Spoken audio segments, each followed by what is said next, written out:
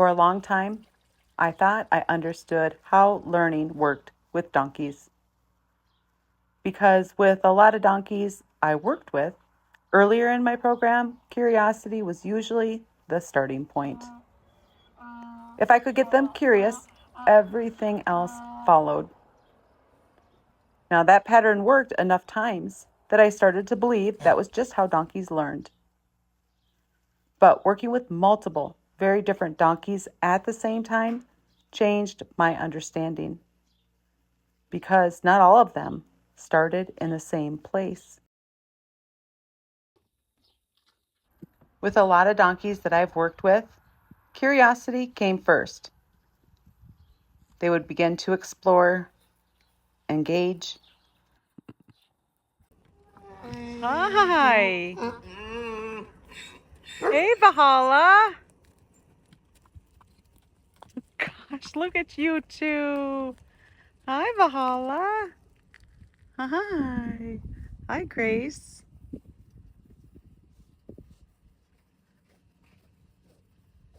And then naturally start to participate in what I was asking. They'd investigate things. They'd move toward pressure instead of away from it. They'd willingly stay present long enough to figure things out. And because I saw that pattern work so many times, even with hard donkeys, I started building my timing and approach around that. Curiosity first, everything else after. And for a while, that made sense. And what I've started to notice with these four is that even when they're participating, the nervousness can sit underneath it. So it's not just whether they're doing the thing. It's whether they can stay mentally steady while they're doing it. Because sometimes you'll see a donkey that looks like they're involved, but internally they're still sorting out through uncertainty. And that's where things can start to look confusing if you're only watching the surface. They're not refusing. They're not fully confident either. They're somewhere in between, trying to figure it out at the same time. And in that in-between space is where a lot of learning actually lives. But then I started working with multiple donkeys at the same time that challenged that idea, not just one or two, but four very different donkeys that all took longer than the rest to move through the program. Elton would get nervous and want control when he felt unsure. Red would participate, but stayed internally tense and uncertain. Tony would try to move backwards to solve uncertainty by backing up and creating distance. And then there's Richard. Richard didn't show curiosity first at all. He showed shutdown first, then avoidance. At times, he even escalated when that avoidance didn't feel like it worked. And what stood out wasn't just the behavior, it was that I was approaching them in a similar way, but getting different responses. That's when I started questioning what I thought I knew. And part of this questioning really became or started because when I had to get firmer to offer more clarity for Richard, it didn't end with the next day going poorly. It ended with the next day offering more curiosity. He would start looking towards me, taking steps towards me. Here I was feeling bad because I had to be more clear, more firm than I wanted to be. But what happened is what shocked me. Now, I'm not suggesting that you go out and be firm with your donkeys, but Richard needed more clarity, and when he got that clarity, he got comfort. When he got clarity and comfort that he needed, Richard started to become curious. I could not believe it. When he started to walk towards me the first time out in the pen, it brought me so much joy that he had enough comfort and confidence to want to be involved with me. And here I thought I was doing him a favor all along by trying to be as passive as possible, but that is not what he needed personally. He needed more clarity. So what I'm noticing is this. Curiosity hasn't always been the starting point. In some of these donkeys, curiosity didn't show up first, it showed up later. After, clarity and comfort. After they could mentally stay present long enough to actually think, that is when Richard showed me the most clearly. Because once things started making sense to him, curiosity didn't disappear, it actually increased. Even after graduation, even after he understood more of what was being asked of him. And that's what made me realize something important. Maybe curiosity isn't always what we built first.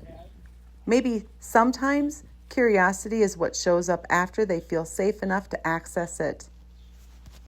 And this is something I saw so clearly with Richard, because when Richard didn't feel like shutting down or stepping away was working for him anymore, the response just didn't stay avoidance. It escalated. He started offering more physical expression of that pressure, including kicking when he felt overwhelmed or blocked. And I want to be really careful how I say this, because the point isn't that he was being difficult.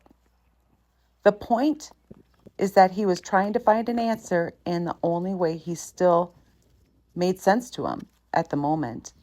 And when I look back on it, part of what made that stage harder was that I was still trying to wait for curiosity to appear before I gave him more clarity. But with Richard, curiosity wasn't available yet in those moments. So what I was actually waiting on, wasn't something he could offer at that stage. And that's where things can get complicated in training. Because if we wait too long for the curiosity to show up, we can unintentionally leave them stuck in the only response they currently understand. So in Richard's case, more structure wasn't about pushing him forward. It was about interrupting a pattern that was already becoming unsafe and giving him a different way to start thinking again. Not by taking away his effort, but by helping redirect it into something he could actually use. And once that clarity started to come in, that's when we could begin to soften everything again and let him re-enter the learning process. That's where I started seeing things differently. Instead of assuming every donkey starts in the same place, I started noticing there are different starting points. Some donkeys come in already curious. They investigate, they engage, they move forward quickly, or they start to become curious quickly. But others need clarity first. They need enough understanding in the situation before curiosity ever shows up. And that changed how I will be approaching training, not because I was doing it wrong before, but because I realized I was only seeing part of the picture. Now, depending on the donkey in front of you, the order of learning isn't always the same. Some donkeys are going to become curious within a week or a couple months, and other donkeys would like to stay checked out. And if that donkey wants to stay checked out, I'm going to help create clarity by doing more advance and retreat, more clear communication instead of passively waiting. When working on gentling a wild donkey, they come to us in survival mode.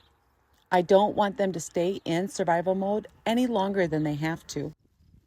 This is where I've started organizing what I'm seeing into broader learning patterns. I go deeper into that inside the members' content, where I break down how I recognize those differences in real time and how I adjust for them.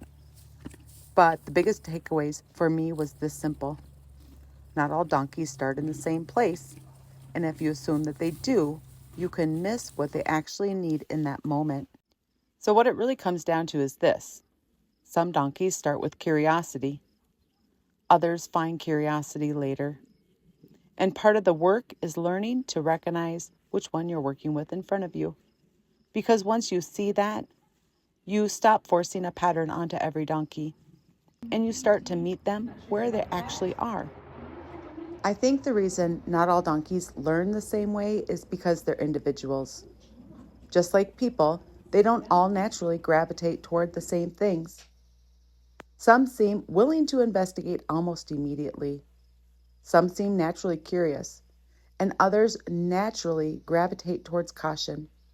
Richard really helped me see that, because I kept waiting for curiosity to show up the way it had with other donkeys. But what he needed first wasn't more opportunities to be curious. He needed more clarity. He needed more comfort. And once he had enough of those things, that's when curiosity started showing up. So I don't think curiosity is unimportant. I just don't think it's always the starting point. And the better I get at recognizing the donkey in front of me, the better I can adjust my approach to fit what they actually need.